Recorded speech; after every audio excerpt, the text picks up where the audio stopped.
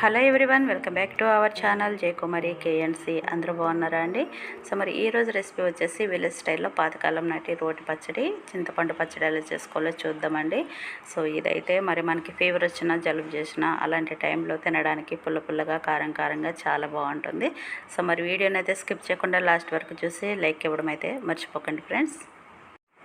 So ముందుగా ఈ recipe చేసుకోవడానికి 1 టీ స్పూను మినప్పప్పు, 1 టీ స్పూన్ ధనియాలు, అలాగే 1 టీ స్పూన్ జీలకర్ర వేసుకొని వీటిని డ్రై రోస్ట్ చేసుకోవాలి. ఈ పచ్చడిని ఒక్కొక్కరు ఒక విధంగా చేస్తారండి. ఇవన్నీ వేయకుండా కూడా ఉట్టి చింతపండుతోనే చేస్తారు చాలామంది. సో నేను చెప్పాను కదండి, విలేజ్ స్టైల్లో పాతకాలంలో మా అమ్మ అయితే ఇలా చేసేదనమాట మా చిన్నప్పుడు. సో నేను అదే ప్రాసెస్ చేస్తున్నాను. అవి వేగిపోయినాయి, పక్కకు తీసేసుకొని ఇదే ప్యాన్లో కొంచెం ఆయిల్ వేసుకొని ఒక ఆనియన్ని ఈ విధంగా పెద్ద ముక్కలుగా కట్ చేసుకొని కొంచెం ఫ్రై చేసుకోవాలి. బాగా ఫ్రై అనవసరం లేదు, జస్ట్ ఆ ఉల్లిగడ్డలో ఉన్నటువంటి పచ్చివాసన పోయే వరకు జస్ట్ అలా ఫ్రై చేసుకుంటే సరిపోతుంది. చూడండి, ఇంత ఫ్రై అయితే చాలు, పచ్చడిలోకి చాలా బాగుంటుంది. ఇంకా స్టవ్ ఆపేసుకోవాలి. ఇప్పుడు రోట్లో ముందుగా వేయించుకున్న ధనియాలు, మినపప్పు, జీలకర్ర వేసి వీటిని అయితే బాగా పౌడర్లాగా చేసుకోవాలి.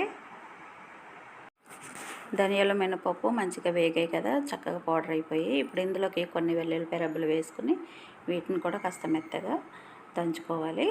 ఈ విధంగా దంచుతూ మధ్యలో కలుపుకుంటూ చేసుకుంటే మనకి పర్ఫెక్ట్గా నలుగుతుంది. ఇప్పుడు దీంట్లోకి నానబెట్టుకున్న చింతపండు వాటర్ లేకుండా వేసుకోవాలి. దీంట్లో గింజలు, పీచు అట్లాంటివి తీసేసి నానబెట్టి పెట్టుకోవాలి మామూలు వాటర్లోనే. ఇదంతా కూడా బాగా నూరుకోవాలి రోట్లో.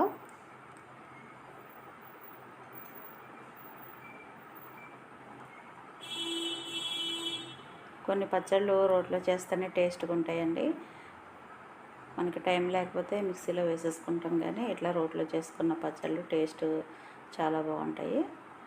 ఇప్పుడు దీంట్లోకి మనకి కారానికి సరిపడా కారం అయితే వేసుకోవచ్చు. అయితే చాలామంది దీంట్లో కారం బదులు ఎండుమిరపకాయలు కూడా వాడతారు. మన ఇష్టం, అది ఎలాగైనా వాడచ్చు. దీంట్లోకి కాస్త సాల్ట్, పసుపు కూడా వేసుకొని ఇదంతా కూడా బాగా రుబ్బుకోవాలి మధ్యలో కలుపుకుంటూ.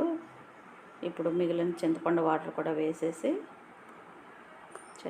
ఇదంతా కూడా నూరుకోవాలి రోట్లోనే. ఈ పచ్చడి ఇంకా నలిగింది కదా, ఇప్పుడు ఇందులోకి ముందుగా వేయించి పెట్టుకున్న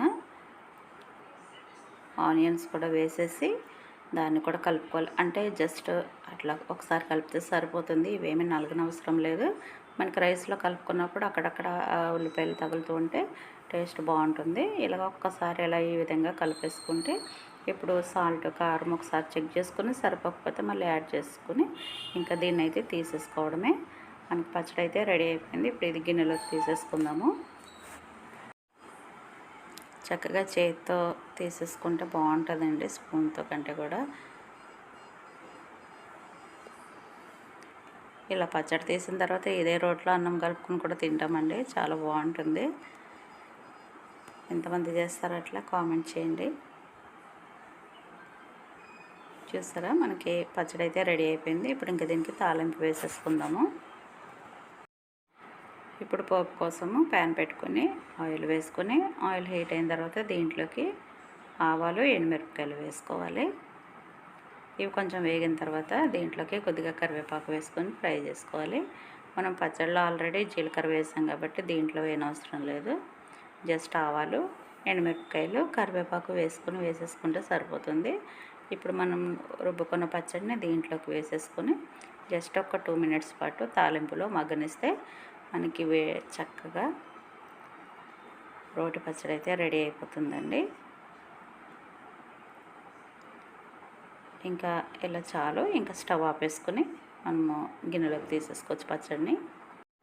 ఓకే అండి, చూసారు కదా మరి నోరూరించే రోటి పచ్చడి ఎలా చేసుకోవాలో. ఇదైతే టిఫిన్స్లో కంటే కూడా వేడివేడి అన్నంలో వేసుకొని తింటే చాలా టేస్టీగా ఉంటుంది. నచ్చితే డెఫినెట్గా మీరు కూడా ట్రై చేయండి ఫ్రెండ్స్.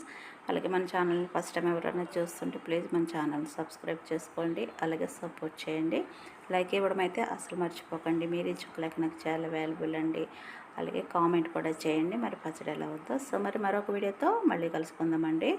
థ్యాంక్ యూ అండి. Thank you for watching.